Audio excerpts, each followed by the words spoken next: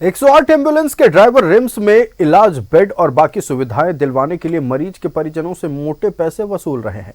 खुद रिम्स प्रशासन ने इसका खुलासा किया है। कई ट्रॉली मैन और वार्ड बॉय भी उनसे मिले हुए हैं। रिम्स प्रशासन की उन पर नजर है। देखिए रिपोर्ट। आखिर इतने प्रयासों के बावजूद भी रिम्स की सुविधाओं में सुधार क्यों नहीं होता? आज भी हमेशा की तरह फर्श पर ही मरीजों का इलाज किया जाता है।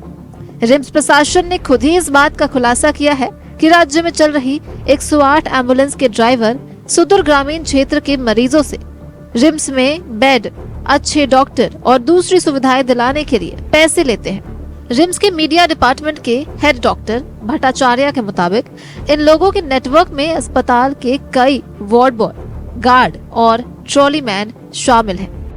108 एम्बुलेंस वाले जो होते हैं, जो मरीज को लेके आते हैं, उनकी सेटिंग वहीं हो जाती है जहां से वो मरीज को उठाते हैं और वो वहां सेटिंग करके वहां फिर हमारे यहाँ के कुछ टेम्पोररी एम्प्लॉयज़ को वो अपने जाल में फंसाते हैं और उनके थ्रू वो क्या करते हैं, पैसा लेने के बाद यहाँ लाते हैं मरीज को, यहाँ एश्योर करके लाते हैं कि आपको वेंटिलेटर बेड मिल जाएगा, ऑक्सीजन बेड मिल जाएगा और सेटिंग वहाँ से होती है और फिर उसके बाद यहाँ ला करके वो बेड दिलवाते हैं और वो कट पैसा उनके मोबाइल के थ्रू से ट्रांसफर होता है, एक दूसरे के बीच में वो शेयर कर लेते हैं।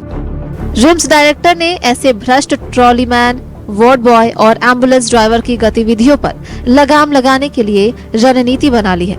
एक टीम भी बनाई गई है जो गुप्त रूप से इन गतिविधियों पर नजर रखेगी और मौके पर ऐसे लोगों को गिरफ्तार भी किया जाएगा।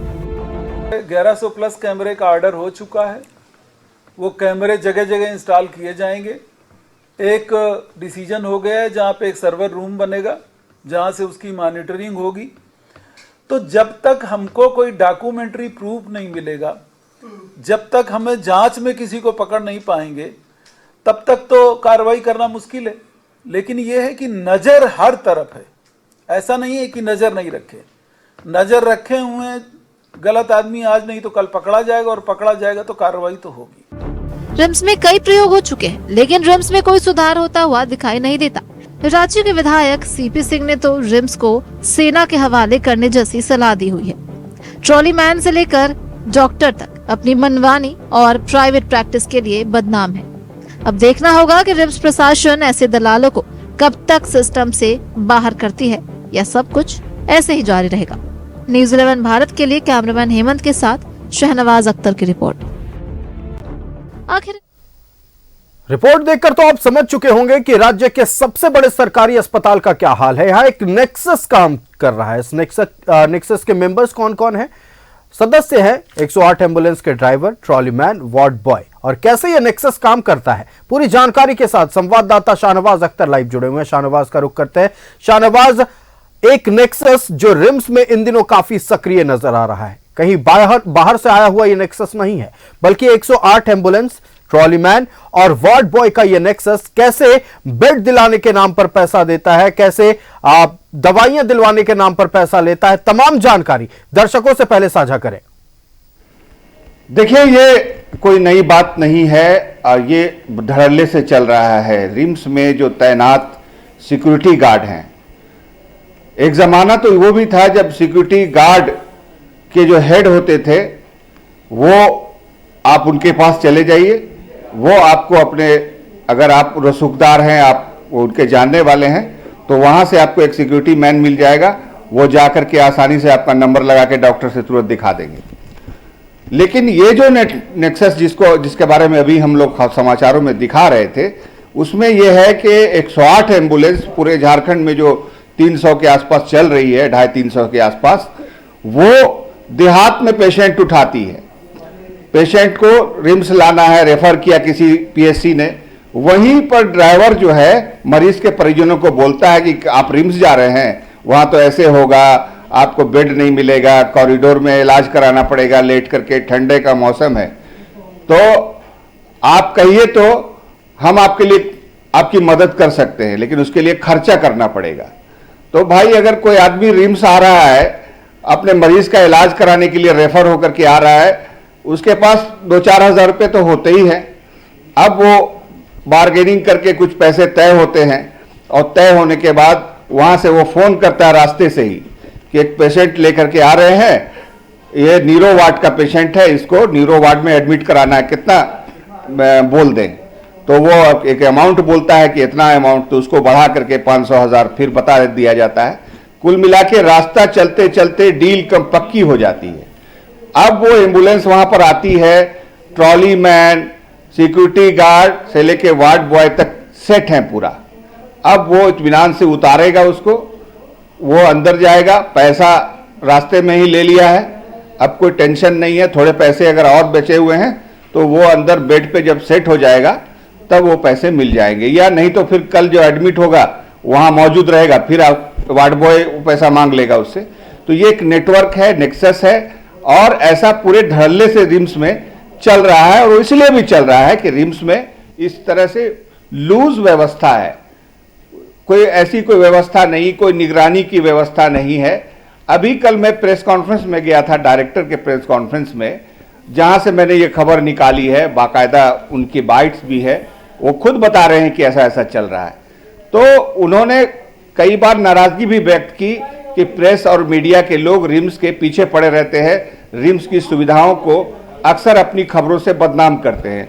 ज्यादा बार, कई बार ये खबरें बिल्कुल बेबुनियाद होती हैं। लेकिन ऐसा हुआ है, कई बार रिम्स में ऐसा हुआ है। एक बार तो कोरोना पीरियड में रातू रोड चौराहे पर एक एम्बुलेंस लगी हुई थी, हमारे किसी जानने वाले ने वहां से उसकी वीडियो बना करके भेजी और ये बताया कि देखिए ये एम्बुलेंस वापस जा रही है पलामू, और पलामू जाने के लिए अब पैसेंजर बैठाता है और पैसेंजर से 50-100 लेकर के बाकायदा उसको पैसेंजर की तरह जाकर के पलामू में छोड़ता है। तो ये सब सारी चीजें चल रही हैं, और ये चीज कभी कभार ही जब प्रूफ मिल जाता है तब ये बातें हम लोग पब्लिश करते हैं।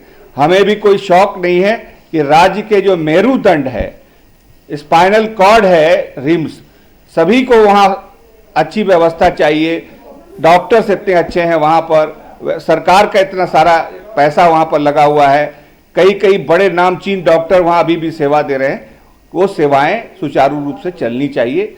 लेकिन रिम्स की इंटरनल जो व्यवस्थाएं हैं उसमें कई खामियां हैं, जिसका फायदा ये दलाल पेशा लोग उठाते हैं। उसी दलाल पेशा नेटवर्क का एक एग्जाम्पल आज हमने दिखाया है न्यूज में। निश्चित तौर पर शाहनवाज, देखिए हम अगर बीते दिनों की बात करें तो लगातार इस तरह की तस्वीरें रिम्स में नजर आई। हालांकि अंतिम में आकर ही सही रिम्स प्रबंधन की ओर से यह कहा गया कि हमारी एक गुप्त टीम भी इस पर काम कर रही है, लेकिन क्या स्वास्थ्य विभाग की ओर से इस पूरे मामले पर एक्शन लेने को लेकर किसी तरह की कोई पहल नजर आ रही है?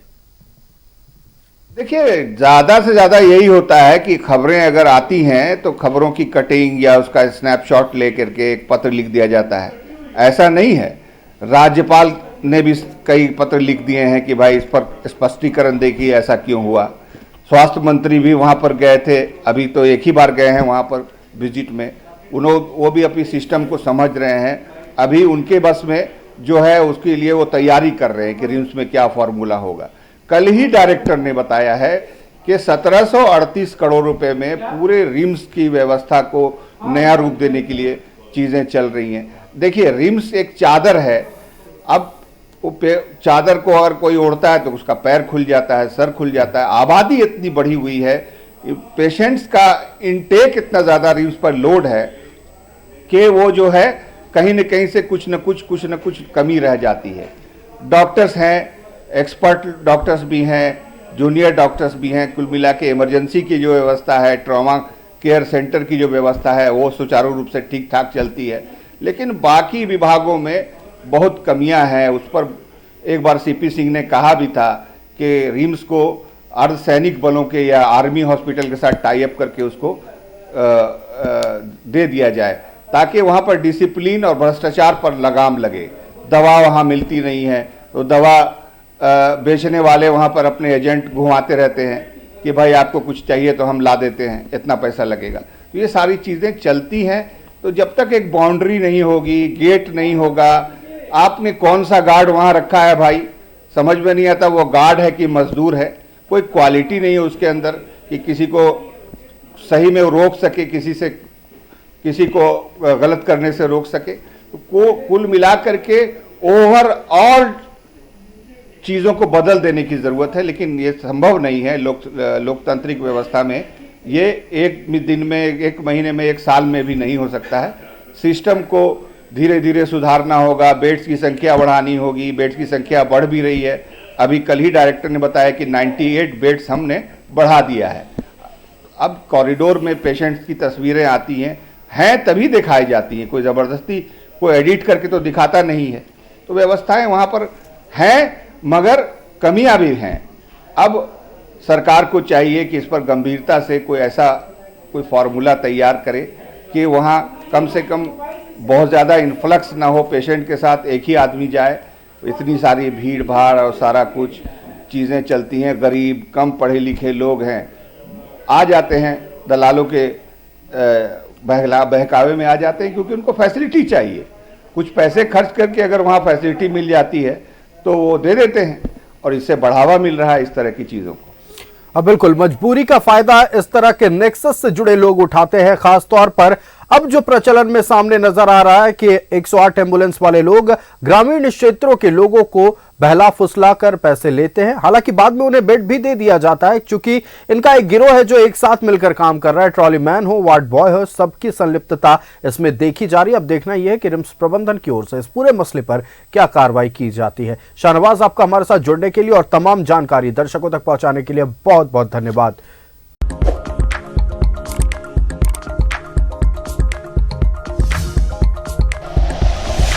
Like and share videos, subscribe करें हमारा चैनल और प्रेस करें बेल आइकॉन। न्यूज़ 11 भारत, सच है तो दिखेगा।